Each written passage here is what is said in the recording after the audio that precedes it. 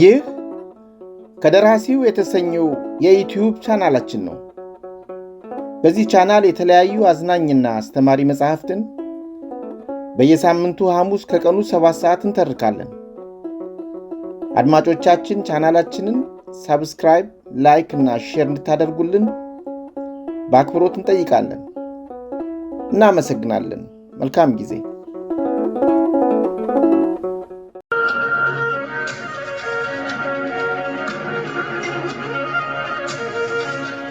ዓለምነሽ የአረብ ሀገሯ ስደተኛ።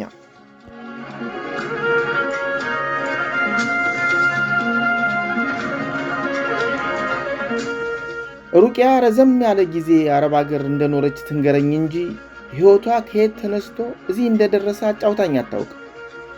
ይሁን እንጂ የቤቷ አያያዝና የዕቃዎቿ አቀማመጥ ኑሮ ብሎ ኑሮን በቅጡ ለያዘው የሚኖረው አይነት አኗኗር ይመስላል። ሳሎኗ፣ መኝታ ቤቷና ማብሰያ ክፍሏ ውስጥ ያሉት ዕቃዎቿ እንዲህ በቀላሉ ሊለውጧቸው የሚችሉ ወይም ለጊዜው ብቻ እንዲያገለግሉ ተብለው የተገዙ አይነቶች ካለመሆናቸውም በላይ በርከት ያለ ገንዘብ እንዳወጣችባቸው ያስታውቃል። በስደት ኑሮ እንዲህ ያለውን ሀብት ማሰባሰብ እንዴት ቻለች? እንዴት ብትረጋጋ ነው ሀገሬ ብላ እዚህ ተደራጅታ የምትኖረው እያልኩ ሁሌ ባስብም ሕይወቷ እንዴት እንደሆነ ደፍሬ ልጠይቃት ሞክሬ አላውቅም። ሁሉ ነገሯ በስርዓት የተቀመጠ ስለሆነ ከመኝታ ቤቷ ትንሽ ማስታወሻ ነገር እያገላበጠች መጣችና አሊ ሐቀኛ ሰው ነው፣ ግን ብዙ ጊዜ አይገኝም፣ ወዲያ ወዲህ ይላል። ለማንኛውም እሱን መጀመሪያ ልሞክርና ከሌለ ከድርን እንሞክራለን፣ ከሁለት አንዳቸውን አናጣም ብላ ስልኩን ከጠረጴዛው ላይ አነሳችና ደወለች። አሰላም አለይኩም ሐጂ አሊ አሉ ስትል ሰማኋት። አከታትሎ ምን እንደተናገረች አልሰማሁም። ብቻ እሺ ነገ ደውላለሁ አለችና ስልኩን ዘጋችሁ። ሩቅያ ስልኩን ዘጋችና ወደ እኔ ስታየኝ የሉም አልኳት። አዎ የሉም፣ ዱባይ ነው ያሉ፣ ዛሬ ማታ ይገባሉ ብሎኛል። ዛሬ ማታ የሚገቡ ከሆነ ነገ እሳቸው ጋር ሄደን ብንሰጣቸው ይሻላል አለች። ነገ በቀጥታ ሐጂ አሊ ቤት ነው የምንሄደው። እሳቸው ቤት ወደ 11 ሰዓት ብንደርስ ከሰላት በፊት እናገኛቸውና ጉዳያችንን ፈጽመን ሳይመሽ ቶሎ እንመለሳለን። ከዚያ ካለፈ ግን ያው ሰላቱ ይቀጥላል። ከዚያ በኋላ የሚሆነውን መገመት ስለማይቻል ላናገኛቸው እንችላለን አለች። እሺ ብዬ እቅፍ አድርጌ ቁንጮቿን ስሚያት ተረጋጋሁና በሰላም አመሸን። በሚቀጥለው ቀን ሩቅያ እንዳለችው አድርገን ለቤተሰቦቼ ገንዘብ ላኩላቸው።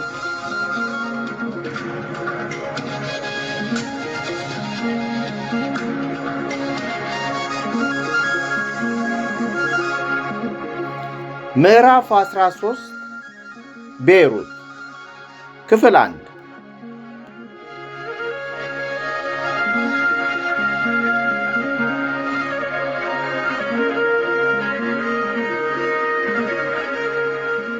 ሩቅያ ቤት እያለሁ የአረቡን ሀገር ሕይወት እንዴት እንደጀመርኩት ቅደም ተከተሉን ጠብቆ ባይሆንም የተለያየ ገጽታውን ሲኒማ ቤት ተቀምጬ ፊልም እንደማይ አይነት እየሆነ ይታየኝ ጀመር።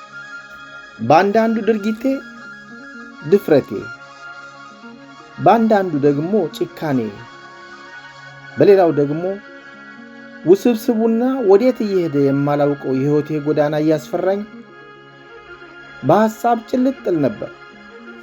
ያም ሆኖ ከተወለዱበት ሀገር ወጥቶ ከአዲስ ባህል፣ ቋንቋና የአኗኗር አይነት ተላምዶ መኖር ከተቻለ እንደዚህ ሁል ጊዜ ተሸፍኜ ማድረግ የምፈልገውን ማድረግ እያቃተኝ ወደ ምፈልግበት መሄድ እንዳልችል እየሆንኩ መኖር ቢሆንም እስር ቤት ውስጥ እንደመኖር ሆኖ እየተሰማኝ መጣ። መቼም ሰው ስራ የማይሰራበት ብዙ ጊዜ ሲኖረው በሐሳብ የማያልመው የማያስበው የማያወጣውና የማያወርደው ነገር የለም። እኔም በዚያው ሰንሰለት ውስጥ ገብቼ የሚሆነውን የማይሆነውንም እያወጣሁ እያወረድኩ እያለሁ አንድ ዓርብ ከሰዓት በኋላ ሩቅያ ስራ ስላልነበራት ጸጉሬን ሹሩባ ስሪልኝ ብላኝ ጸጉሯን እየሰራሁላት አንዳንድ ነገር ስናወራ ሩቅያ ሰዎች አሜሪካ፣ ካናዳ፣ አውስትራሊያ፣ አውሮፓና እንደዚህ ወዳሉት ሀገሮች የሚሄዱት እንዴት ነው አልኳት። በጨዋታችን መካከል ጣልቃ አስገብቼ እነዚህ ያልሻቸው ሀገሮች የሚገባው በተለያየ ምክንያት ነው አለች። በምን ምክንያት አልኳት። ምን ነው ልብሽ ወደዚያ መኮብለል ጀመረ እንዴ አለች። ምን እንግዲህ ስደት ከሆነ ስደት ነው። የተወለድኩበትን የእናትና የአባቴን ሀገር እንደሆነ ትቼዋለሁ። እንደዚህ አሁን እንዳለሁበት ሆኜ መመለስ እንደሆነ አልፈልግም። ታዲያ ሀገሬ ለመኖር ሐሳቡ ከሌለኝ የተሻለ ኑሮ ይኖራል ተብሎ ወደሚነገርለት ዓለም ሐሳቤን ባቀና የሚሻል አይመስልሽም ስላት ከመቅጽበት ፊቷን ወደ እኔ ዞር አደረገችና እሱማ በጣም ትልቅ ሐሳብ ነው፣ ጥሩ ሐሳብ ነው። መቼም ከሚያውቁትና ከሚኖሩበት ሕይወት ቁርጥ አድርጎ ወደ ሌላ ዓለም፣ ወደ ሌላ ሕይወት፣ ወደ ሌላ ያኗኗር አይነት መግባት የሚቻል መስሎ ስለማይታየን ከመሞከር ወደ ኋላ ስለምንል ሕይወታችን ባለበት እየሄደ ወደ መሬት እንመለሳለን እንጂ እንዳልሽው አንድ ጊዜ ስደት ብለን ከተሰደድ የሚሞከረውን ሁሉ ማድረጉ ጥሩ ይመስለኛል አለች። አንቺም ታስቢው ኖሯል እንዴ ሩቅያ ስላት ማን የማያስበው አለ? በተለይ አሜሪካና ካናዳ ሁሉም ባይሆን አብዛኛው ወጣት ወደዚያ መሄድ ይመኛል። እዚያ ያለው ኑሮ ለስደተኛ ምን ያህል የተመቸ እንደሆነ ግን በግልጽ የሚታወቅ ነገር የለም። አንዳንድ ከዚህ አካባቢ የሚመጡ ሰዎች እንደሚያወሩት ከሆነ ስራ እንደ ልብ ይገኛል፣ ትምህርት መማር ይቻላል፣ ነፃነት አለ፣ የወንድና የሴት እኩልነት የተከበረ ነው፣ ገንዘብ እንደ ልብ ይገኛል እያሉ ሲናገሩ ይሰማል።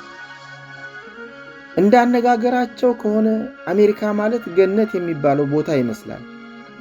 ምን ያህል ትክክል እንደሆነ ግን ሄደው ካላዩት በስተቀር ለማመን አስቸጋሪ ነው አለች። ሄጄ ማየት ፈልጋለሁ አልኳት ድርቅ ብዬ። ጥሩ ነው፣ እንዴት እንደምትሄጂ ግን ለጊዜው አልታየኝም። የሆነው ሆኖ በሐሳብሽ ከጸናሽና ጠንከር ብለሽ ከያዝሽው የማይሆን ነገር የለም አለችኝና ዝም አለች። እንዲያው ለነገሩ አንቺ ይህን ያህል ዓመት እዚህ ስትቀመጪ አስበሽው አታውቂም? መቼም ወሬው እንደሆነ መሰማቱ አይቀርም።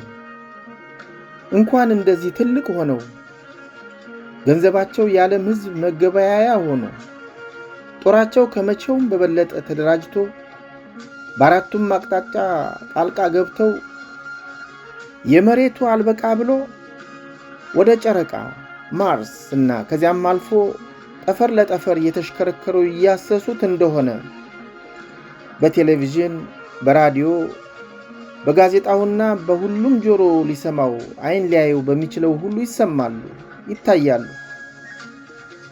መቼም ፊደል የቆጠረና ስለ ጊዜው ሁኔታ ጆሮውን ጣል አድርጎ የሚሰማ ሁሉ እነዚህ ሰዎች እነማን ናቸው? ይህ አሜሪካ የሚባልስ ሀገር የት ነው ብሎ ማሰቡ ስለማይቀርና አንቺም አመጣጥሽ እንደኔ ባይሆንም ያው የትውልድ ሀገርሽን ትተሽ ስለመጣሽ ስደተኛ መሆንሽ ስለሚመስለኝ ነው አልኳት። እንዲያው የመሰለኝንና አፌ ያመጣልኝን። እውነትሽን ነው። አብዛኛው ሰው ለምን እንደሆነ ባይታወቅም ከሀገሩ ከወጣ በኋላ ለምንም ያህል ዘመን ቢኖርበትም የሚኖርበትን ሀገር በሀገርነቱ ተቀብሎ አይኖርም። እንዲያው ላፉ ሀገሬ፣ ዜግነቴ እያለ ሲናገር ይሰማል። በእርግጥም አግብቶ ልጆች ወልዶ ሀብት ንብረት መስርቶ ይኖርበታል። ይሁን እንጂ መቼም ቢሆን ልቡ ወደ ተወለደበት ሀገር ሲጓዝ ነው የሚያድረው። እኔም እንደዚያው ነኝ። ከመጣሁ ጀምሮ ሁሌ እንደተሰደድኩ ነኝ። በተለይም የዚህን ሀገር አኗኗርና ባህል ከሀገራችን አኗኗርና ባህል ሳወዳድረው ወደ ሀገሬ ለመመለስ ሁሌ ተሸኝቼ እንዳደርኩ ነው። ነገር ግን ይኸው እንደምታይኝ ቀኑን ቀን እየወለደው እስካሁን አለሁ። እዚህ በምኖረው ሕይወት በደል ስላልደረሰብኝ ነው መሰለኝ ወደ እነዚያ ወዳልሻቸው ሀገሮች መሄዱን ባስበውም ብዙ አልገፋሁበትም። ወደፊት የሚሆነውን አላውቅም አለችና ሰውነቷ ሽምቅቅ ብሎ ዝም አለች። ለምን መመለስ አልቻልሽም አልኳት። ራሴ የፈጠርኳቸው ብዙ ምክንያቶች አሉ አለች። እስቲ በትንሹ ንገሪኝ፣ ምናልባትም ምክንያትሽ በቂ ሊሆን ይችላል። ባይሆን ኖሮ እስካሁን ሄደሽ ነበር አልኳት። በመጀመሪያ እንደነገርኩሽ ከእናቴ ጋር ነው የመጣው።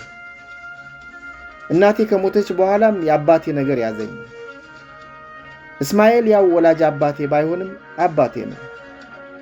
ለዚህ ሀገርም ሆነ ለዚህ ሕይወት ያደረሰኝ እሱ ስለሆነ እሱን ትቼ የትም መሄዱ አባትነቱን እንደ መካድ መስሎ ስለተሰማኝ የተገኘውን አጋጣሚ ሁሉ ከመጠቀምም ሆነ ተግባራዊ ከማድረግ ወደ ኋላ አልኩ አለችና አንገቷን ደፋችብኝ። እንዴ ሩቅያ፣ እኔ እኮ ለጨዋታ ያመጣሁት እንጂ ቅር እንዲልሽ ብዬ አይደለም። የሚያስከፋሽ ከሆነ ተይው ይቅር አልኳት። አይደለም አልከፋኝም። በይሉኝታም ሆነ በተለያዩ ምክንያቶች አንዳንድ አስፈላጊና ጠቃሚ የሆኑ ነገሮችን በወቅቱ መወሰን ያለመቻል እየዋለ እያደረ ሲሄድ ምን ያህል እንደሚቆጭ ስለተሰማኝና ስሜቴን መቆጣጠር ስላቃተኝ ነው አለች። በቃ ተይው ሌላ ጨዋታ እንቀይር ስላት የለም አንቀይርም፣ የኔ ነው። አባቴ በሕይወት እስከኖረ ድረስ ጥየው አልሄድም። ብሄድም የመንፈስ ረፍት ሊኖረኝ አይችልም። እግዚአብሔር ይመስገን የተደላደለ ሥራ አለኝ። ያው እንደምታዩ በሱ ትከሻ ቢሆንም ኑሮዬ ጥሩ ነው። ለሌላው ለጎዳደለው ደግሞ ጊዜ እስከሚፈቅደው ድረስ እጠብቃለሁ። ወደ አሜሪካ፣ ካናዳም ሆነ ወደ ሌላው ሀገር እግዚአብሔር በፈቀደ ጊዜ ሞክረዋለሁ። ለነገሩማ በአንድ ወቅት አዲስ አበባ ሄጄ ከአንድ ካናዳ ከሚኖር ሰው ጋር ተዋውቄ ለረጅም ጊዜ ስልክ እየተደዋወል እንጠያየቅ ነበር። ከዚያም አልፎ እሱ እንደወደደኝ ነግሮኝና አግብቶ ሊወስደኝ እንደሚፈልግ ሁሉ ገልጾልኝ ነበር። እኔ ግን ልቤን ለእንደዚህ አይነት ሕይወት አነሳስቸው ስለማላውቅና በተለይም አባቴን ትቼ እንዴት እሄዳለሁ የሚለው ሐሳብ አንቆ ስለያዘኝ ፈቃደኛ አልሆንኩለትም። ያም ሆኖ አልፎ አልፎ አሁንም ይደውላል አለችና የኔን ተይው እባክሽ ስላንቺ ጉዳይ እንነጋገር ብላ ትንሽ ብስጭትጭት ስትል ግን እኮ ምክንያትሽ በቂ ነው ሩቅያ። የሰው ልጅ ፍላጎት መቼም ይሁን መቼ ተሟልቶ ስለማያውቅ ሁልጊዜ ማሰቡ አልቀር ብሎ አንቺም ታስቢያለሽ እንጂ ለአንቺ እዚህ መኖር ምክንያትሽ በቂ ነው። ቅር ሊልሽ አይገባም። አርቆ አስተዋይ ነሽ ሩቅያ አልኳት። ይሆናል አለችና ለመሆኑ ወላጆችሽን እንዴት ልታደርጊያቸው ነው? ወደ ሀገርሽ ትመለሻለሽ ብለው ተስፋ የሚያደርጉ አይመስልሽም አለችኝ። እሱማ ምን ያጠያይቃል? ማንም ወላጅ ልጁ ከአካባቢው እንዲርቅ አይፈልግም። ማንም ወላጅ ልጆቹ እንዲያለቅሱ፣ እንዲሰቃዩና እንዲከፋቸው አይፈልግም። ወላጆቼ ስደት ማለት ምን ማለት እንደሆነ በተግባር ባያውቁትም ከተወለዱበት ሀገር ርቆ ከሰውነቱ በስተቀር በምንም ከማይመሳሰል ሕዝብ ጋር አብሮ ለመኖር ይቅርና በዚያው በአንድ ሀገር ውስጥ እየተኖረ ከኖሩበት ከተማ ወደ ሌላ ከተማ ሲሄዱ እንኳን ከአካባቢው ለመላመድ ምን ያህል አስቸጋሪ እንደሆነ ስለሚያውቁት በሚቻለው ሁሉ ሆኖ ወደ ሀገሬ ብመለስላቸው ደስታውን አይችሉትም። የኔ ብቻ ሳይሆን ይህ የማንኛውም ወላጅ ምኞት ይመስለኛል አልኳት። ታዲያ የበለጠ የራቅሽ በሄድሽ ቁጥር የበለጠ አይጨነቁም አለች። አይ ሩቅያ፣ አረብ ሀገር ሆንኩ አሜሪካ ሆንኩ የትስ ሆንኩ ስደት ነው። ይልቁንስ የተሻለ ነገር ሰርቼ ትንሽ ገንዘብ እያገኘሁ ብልክላቸውና የተሻለ ኑሮ የሚኖርበትን ማሰቡ ይሻላል። ወደዚያ ተመልሰን ካሰብን ብዙ መረበሽ እንፈጥራለን ስላት፣ እውነትም ይህን ስደት ሰፋ አድርገሽ ያሰብሽው ይመስላል። እንደዚህ ከቆረጠልሽ ወደ አሜሪካ መግባት የሚቻለው እንዴት እንደሆነ ያ ካናዳ አለ ያልኩሽ ሰው ገልጾልኝ ነበር አለች። ምንድነው የሚደረገው አለሽ ብዬ ስጠይቃት፣ ወደ ካናዳ ለመግባት ያለው መንገድ አንደኛው የትምህርት ዕድል ስኮላርሺፕ ማግኘት ነው። ሁለተኛው በጋብቻ መሄድ ነው። ሶስተኛው ደግሞ ጥገኝነት ጠይቆ ፈቃድ ሲገኝ መግባት ሲሆን፣ አራተኛው በጉብኝት ገብቶ እዚያው ጥገኝነት መጠየቅ ነው። እነዚህን ነው የማውቃቸው። ከነዚህ ሁሉ እኔ ላደርግልሽ የምችለው በጋብቻ ማምጣት ነው ነበር ያለኝ አለች። ይህ በህልም ብቻ እንጂ በእውን የሚፈጸም አይነት አይመስልም። ያልሻቸው ሁሉ እንዲህ በቀላሉ መደረግ የሚችሉ አይደሉም ስላት፣ አይ ፋጡማ፣ ቀላል ቢሆንማ ኖሮ የብዙ ሰው ህልም እውን ይሆን አልነበረም ብለሽ ነው? አዎ፣ እንዲህ በቀላሉ የሚሆን አይደለም። ብቻ አይሆንም ብሎ ተስፋ መቁረጡ ደግሞ አማራጭ አይደለም። ለማንኛውም ወደዚያ ሊወስድ የሚችለውን መንገድ ማመቻቸቱ ነው የሚያዋጣው አለች። እንዴት ማለት ነው አልኳት። ከጅዳ ወደ አሜሪካ ወይም ካናዳ ለመሄድ እድሉ ጠባብ ነው። ምናልባትም ከላይ እንደጠቀስኩልሽ አይነት እድል ከተገኘ ሊሆን ይችል ይሆናል። በሌላ አይነት የሚሆንበት መንገድ አይታየኝም።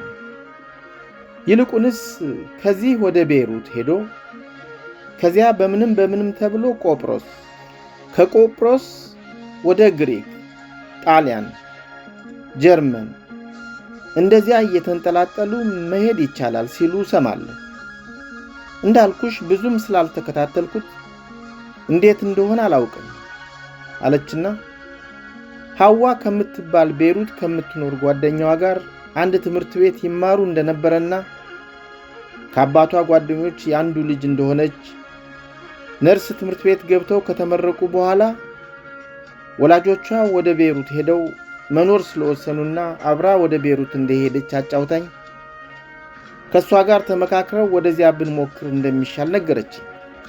ቤይሩት ማለት ሌላ አረብ ሀገር ማለት ነው አይደል አልኳት አለማወቄን ለመግለጽ። አዎ፣ ሜዲትራኒያን ባህር ዳር የሚገኝ ሊባኖን ለሚባለው ሀገር ዋና ከተማ ነው። ብዙ ሀበሾች ወደዚያ ይሄዳሉ ሲባል ሰማለሁ። አብዛኞቹ በቤት ሰራተኝነትም ነው ይባላል። በምንም ይሁን በምን ሌላው እንደሚኖረው ይሆንሽ ትኖሪያለሽ። እስቲ መጀመሪያ ልጅቱን ላግኛትና የምትለውን እንሰማለን አለች። እሷንስ እናግኛት፣ ከዚህ እንዴት ሆኜ እሄዳለሁ አልኳት። ከዚህማ በአውሮፕላን ነው የምትሄጂው። ፓስፖርት ስላለሽ መሄድ ትችያለሽ። ወደዚያ የሚያስገባ ቪዛ ማግኘቱ ብዙ የሚያስቸግር አይመስለኝም አለችኝ።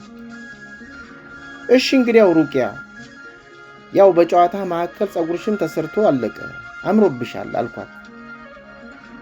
አንቺ ከሄድሽብኝ ማን እንደዚህ አድርጎ ይሰራልኛል? በእውነት እኮ ጸጉር ቤት ብትከፍቺ ላንቺም ለሌላም ተርፈሽ ሴቱን ሁሉ እያስዋብሽ ትኖሪ ነበር አለችኝ። አዎ፣ ይህም ስራ ሆኖ ጸጉር ቤት ከፍተሽ ኑሪ እያልሽ ቀልጅብኝ ስላት፣ ስራ ሆኖ አልሽኝ አለች ኮስተር ብላ። ጸጉር ሰሪዎች ጸጉር ለመስራት ምን ያህል ጊዜ እንደሚያስጠብቁ ታውቂ የለ? እዚህ ጅዳ ውስጥ ላይሆን ይችል ይሆናል። ሌላ ሀገር ግን በጣም የሚያዋጣ ስራ እንደሚሆን ይሰማኛል። አንቺ ደግሞ ችሎታው ብቻ ሳይሆን ስትሰሪም ደስ ስለሚልሽ ሁኔታው ቢሟላልሽ የሚያምር ጸጉር ቤት ልታስተዳድሪ ትችያለሽ። ቸላ አትበዩ፣ ተሰጥኦዋለሽ አለች። ይሆናል እንዳልሽው ጸጉር መስራቱ ደስ ይለኛል ብዬ ወይዘሮ አመለወርቅ ጸጉር ቤት ያሳለፍኩትን ህይወትና ለስደት ያደረሰኝን የአረብ ሀገር ወሬ የሰማሁት እዚያ መሆኑን ባለፈው እንደነገርኳት አስታወስኳት። እሷም አዎ ትዝ ይለኛል፣ ነግረሽኛል፣ የትም ብትሄጂ ሰርተሽ ልታድሪበት የምትችው የእጅ ሙያ እንዳለሽ ያስታውቃል አለችና የሰራሁላትን ጸጉር ለማየት ተነስታ ሄደች። እኔ ወንበሩ ላይ እንደተቀመጥኩ ጸጉር ቤት መክፈት የሚባለው ሐሳብ ይዞኝ ጭልጥ አለ። የወይዘሮ አመለወርቅ ጸጉር ቤት ለውጭ ሀገር ጉዞ ያነሳሱኝ ደንበኞች ጓደኞቼ ሐናና ጌታቸው በጠቅላላው ሀገሬና ወገኖቼ ከፊቴ ድቅና አሉ። ጸጉር ቤት አለች ሩቅያ ብዬ ራሴን ጠየቅኩና እዚሁ ጅዳ ውስጥ ይከፈትልሽ ብላ እንዳታስጨንቀኝ ፈራ። ደግነቱ እሷም ጅዳ መቅረቴን አልፈለገችውም መሰለኝ። ዳግመኛ ሳይነሳ ቀረ። ከጥቂት ቀናት በኋላ ሩቅያ እንዳለችው ቤሩት የምትገኘዋን ጓደኛዋን ደውላ አገኘቻት።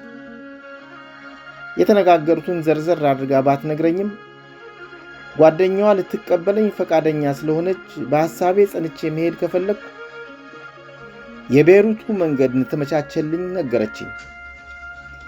እኔም ይሁን ግድ የለም ሩቅያ ሄጄ ልሞክረው ብያት ፓስፖርቴን ይዤ ሊባኖን ኤምባሲ ሄደን ወደ ሊባኖን ለጉብኝት የመግቢያ ቪዛ ጠየቁ። ፓስፖርቴ ላይ የጅዳ መኖሪያ ፈቃድ ስላለው ለጉብኝት የመግቢያውን ቪዛ ብዙም ሳንቸገር አገኘው። ቀስ በቀስ መሄዴ ቁርጥ ሆነ። ለማያድሩበት ቤት አያመሻሹበትም የሚሉት አይነት ሆነና ቪዛውን ካገኙ በኋላ ብዙ ቀን አልቆየሁም። የሩቅያን አባት ተሰናብቼ ከሩቅያ ጋር በሞት የተለያየን እስኪመስል ድረስ ተላቅሰን ወደ ቤሩት አመራሁ። ከጅዳ ተነስቼ ቤሩት እስክደርስ ድረስ የጅዳ ሕይወቴ የሩቅያና የአባቷ ውለታ ትዝ እያለኝ በጣም ተረበሹ። በአንድ ጎኑ ሩቅያን ብቻዋን ትቻት መምጣቴ ራሴን ወዳድ ጨካኝ ሆንኩ መሰለኝ። በሌላው ጎኑ ደግሞ እስከ መቼ እንደዚያ እንደምኖር ስለማይታየኝ ያደረኩት ትክክል ነው እልና ራሴን አጽናናለሁ። ያንን ስትሆው ደግሞ ምኑንም ማንንም በማላውቅበት ሀገር ኑሮ ብዬ ለመጀመር መምጣቴ እያስጨነቀኝም እያስፈራኝም እንደዚያ ውስብስብ እንዳለብኝ አውሮፕላኑ ጉዞውን አጠናቀቀና ቤሩት አደረሰኝ። ቤሩት እንደደረሱ ሐዋ የምትባለዋ የሩቅያ ጓደኛ መጣ ተቀበለች። ካሁን በፊት በመልክ ተያይተን ባናውቅም ከመንገደኞች መሃል እኔን ለመለየት ብዙ ሳትቸገር አጠገቤ መጣችና ስሜን ጠርታ እንደምን ነሽ እንኳን ደህና መጣሽ ስትለኝ እሷ መሆኗን አወቅሁና ሻንጣዬን ይዘን በታክሲ ወደ እርሷ ቤት ተጓዝን። ለቤተሰቦቿ የሩቅያ እህት መሆኔንና ለጉብኝት እንደምመጣ አስቀድማ ነግራቸው ስለነበር ቤተሰቦቿ በጥሩ መንፈስ ተቀበሉ። አንድ ሳምንት ያህል አገሩንም መውጫ መግቢያውንም ካሳየችኝ በኋላ ፋጡማ ቤሩት ውስጥ አብዛኛው ከሌላ ሀገር የሚመጣው ሰው የሚሰራው የቤት ሰራተኝነት ነው። ለዚያውም ከሌላ ሀገር በኮንትራት ተቀጥረው የመጡ ካልሆኑ እዚህ ላሉት ስራው የሚገኘው ሰው በሰው ተጠያይቆ ነው። የሚቀጥሩትን ሰውም የሚያምኑትና የሚቀርቡት ሰው ካላመጠላቸው በስተቀር በቀላሉ አይቀበሉም። ምናልባት ሩቅያ ጥሩ ሰው ስለሆነችና አንቺም እድለኛ ስለሆንሽ ነው መሰለኝ አንድ ቤተሰብ ውስጥ የቤት ሰራተኝነት ስራ ተገኝቶልሻል። አጋጣሚው ጥሩ ሆነና ነው እንጂ ስራ እንደዚህ ባጭር ጊዜ ውስጥ እንደማይገኝ ሩቅያ ስለምታውቀው ለኔ የነገረችኝ ወደዚህ ሀገር የመጣሽው ቢቻል የተገኘውን ስራ እንድትቀጠሪ ካልሆነ ግን ለትንሽ ጊዜም ቢሆን ሀገሩን በእንግድነት አይተሽው እንድትመለሽ ነው። የትኛውን ትመርጫለሽ? ስራ ትሰሪያለሽ ወይስ ወደ ጅዳ ትመለሻለሽ አለች። ካሁን በፊት በቤት ውስጥ ሰራተኛነት ሰርቼ ስለማላውቅ ምን ብዬ እንደምመልስላት ቸገረኝና ዝም ብዬ ቆየው። ነገሩ ከዚህ የተሻለ አማራጭ እንደሌለውና ይኸውም የተገኘው እሷና ሩቅያ በመኖራቸው መሆኑ ውል አለኝና እንደባነነ ሰው ደንገጥ ብዬ እሺ ሐዋ እሺ እገባለሁ፣ በጣም ደስ ይለኛል አልኳት። ከዚያ በፊት ግን አንዳንድ ነገሮችን ልንገርሽ። በመጀመሪያ እዚያ መስራት ስትጀምሪ ፓስፖርትሽን ይወስዱታል። ማለትም እነሱ ጋር ነው ተቀማጭ የሚሆነው። መቼም ለምን እንደሆነ መገመት ትችያለሽ። ሰራተኞች አንዳንድ ንብረቶችን ሰርቀዋቸው እንዳይጠፉ መያዣ መሆኑ ነው። ካለ ፓስፖርት ከሀገር መውጣት ስለማይቻልም ነው። ሌላው ያው የተለያዩ የመንግስት መስሪያ ቤቶች ያስመዘግቡሻል፣ የሥራ ፈቃድ ያወጡልሻል። ሌላውን መሟላት የሚያስፈልገውን ያደርጋሉ። እንደነገርኩሽ እኔንና ቤተሰቦችን ስለሚያውቁ እኛን አምነው ነው ይህን የሚያደርጉት አለችኝ። እሺ እሱስ ይሁን፣ ስራው ባይስማማኝ ወይም እኔ ስራዬ ባያስደስታቸው እንዴት ሆናለሁ አልኳት። በሁለቱም ሁኔታ ፓስፖርትሽን ይመልሱልሽና ሌላ የምትሆኚውን እናስባለን። እንዳመጣጡ የሚሆነው ይሆናል።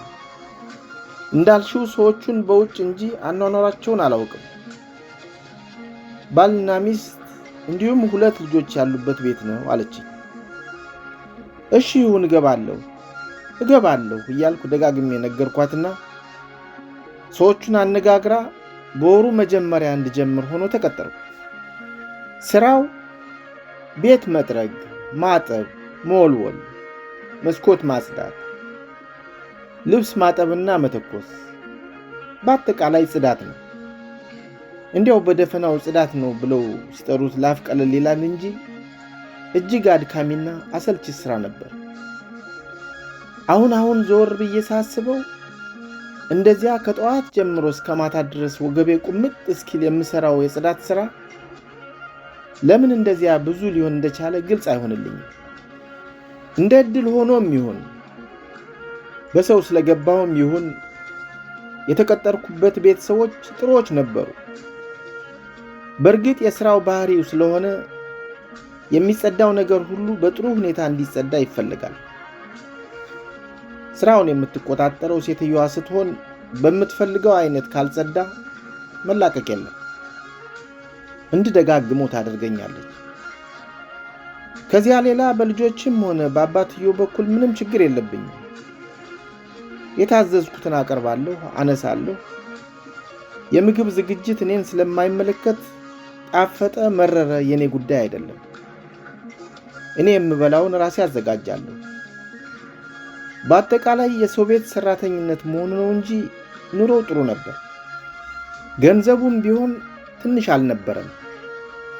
ቀን ሳያሳልፉ በወሩ መጨረሻ ይሰጡኛል። በሳምንት 1 ቀን ፈቃድ ስለነበረችኝ ሐዋ ሲመቻት እየተገናኘን ወዲያ ወዲህ እንላለን። ካልተመቻትም እኔ ዞር ብዬ እመለሳለሁ። እንደ ነገሩም ቢሆን ኑሮ ብዬ ያዝኩትና መኖር ጀመር። ጅዳ ይኖር እንደነበረው መሸፋፈንና ሌላ ባህል ነክ የሆነው ነገር ከዚህ ለቀቅ ያለ ስለሆነ ጸጉሬን እየነሰነስኩ እሽከረከር ጀመር። ለጊዜውም ቢሆን ነፃነቱ ተስማማኝ። ቤሩት በገባሁ በ2 ወሩ ገደማ ይመስለኛል ወደ ቤተሰቦቼ ደወልኩ። በጎረቤት ስልክ ደውዬ ያገኘኋትም አየን ነበር። ባለፈው ከደረሰባት ህመሟ አገግማ ልታነጋግረኝ መቅረቧ ብቻ ሳይሆን ጤናዋ ደህና እንደሆነ ከድምጿም ስለሚታወቅ ደስ አለኝ።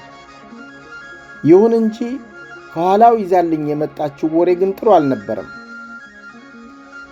አባቴ የሆነ ገጠር ሄዶ የቤተ ክርስቲያን ደረጃ ፈንግጦ ጥሎት ትከሻው ተጎድቶ ሥራ መስራት እንዳልቻለ፣ ጎረቤታችን ያሉት አክስቴ የእሷ እህት ቤታቸው ውስጥ እሳት ተነስቶ ንብረታቸው ስለተቃጠለ ባዷቸውን እንደቀሩ ነገረችኝና ሁሉ ነገር የተረበሸ። እኔ እዚያ ብኖር የሆነው ሁሉ ከመሆን አድነው ይመስል እዚያ ባለመገኘቴ ተከፋኝ። በተለይ አባቴ መታመም አሳሰበኝ። ቤተሰቦቼ የሚተዳደሩት እሱ ሰርቶ በሚያመጣው ገንዘብ ስለሆነ ቤታችን ውስጥ ችግር እንደደረሰ ተሰማኝና አዘንኩ። ምን እንደምላት ስለጠፋብኝ ዝም አልኩ። የእናት ነገር ሆኖ በሁኔታው እንደተረበሽኩ አወቀች መሰለኝ። እዚያ የሆነውን ተወችና ስለ እኔ ሕይወት ጠየቀችኝ። ቀደም ሲል ከነገረችኝ መጥፎ ወሬ ጋር ያ ወዴት እንደሚሄድ የማላውቀው የአረብ ሀገር ኑሮ የተጨምሮበት ሆድ ባሰኝና እሷን ማነጋገር ትቼ ድምፅ ሳይወጣኝ ማልቀስ ጀመርኩ። ደስተኛ እንዳልሆንኩ ማወቁ አልከበዳትም። በመጨረሻም እንግዲህ ልጄ ለማንኛውም ራስሽን ጠብቂ፣ ቀን እስኪያልፍ ያልፋል ነው የሚሉት። ከሆነልሽ ትንሽ ገንዘብ ስደጅና ላክስትሽ አንዳንድ ነገር ግዥላት ስትለኝ ለሚሰማኝ ስሜት መፍትሄ ሆኖ ስለተሰማኝ ደስ አለኝና እሺ እማዬ በቅርቡ ልክላችኋለሁ፣ ላክስቴ ብቻ ሳይሆን ለሁላችሁም ነው፣ አንቺ እንደሚሆን ታደርጊዋለሽ አልኳት። እሷም እሱስ ይሁን እሺ፣ እንዲያው ለነገሩ በተዘዋዋሪ ደውል ልናገኝሽ ብንሞክር እንኳን በየት በኩል ነው የምናገኝሽ አለች። የእነ ሐዋን ቤት ስልክ ቁጥር ሰጠኋትና በእናትነት አንደበቷ በሩቁ ዳሰስ አድርጋኝ ተለያየን። በሚቀጥለው ቀን በእጅ ያለውን ገንዘብ ለሐዋ ሰጠኋትና ላከችልኝ። እንዲህ እያልኩ ቀኑን ቀን እየወለደው 5 ወር ያህል ሆነ።